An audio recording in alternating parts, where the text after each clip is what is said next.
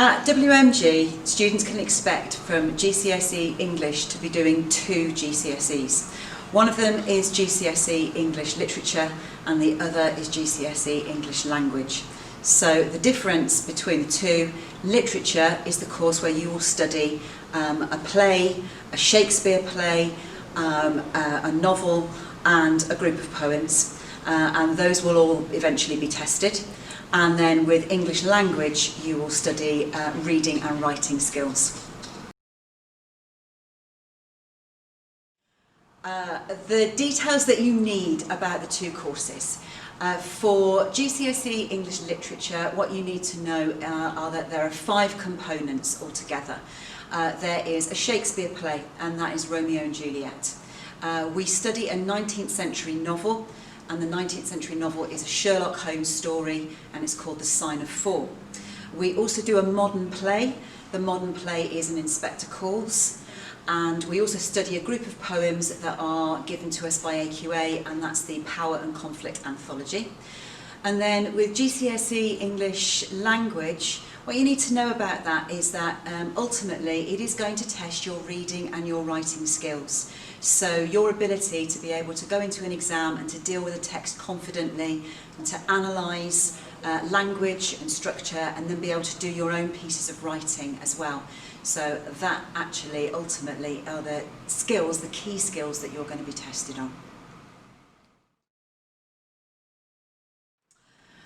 Okay, there are 2 exams for each of the GCSEs. The GCSE English Literature has 2 papers. One paper is going to cover the Shakespeare and the 19th century novel, and the other paper is covering everything else, that's the modern texts. So that's the Inspector Course, poetry, and there is also an unseen poetry question. With the second exam, English Language, that is that there are also 2 papers. One of the papers is based all on fiction, and you will be required to do 4 reading questions and 1 writing question. And then with paper 2, that's a non-fiction paper. So that again, 4 reading questions and 1 writing question. Okay. The advice that I would give, if you want to achieve the best grade possible, is that you start to consider how you are going to build your confidence with your reading and your writing skills. With reading, obviously, you may be somebody that reads for pleasure, and if you do, then that would be something that I would say that you should continue to do.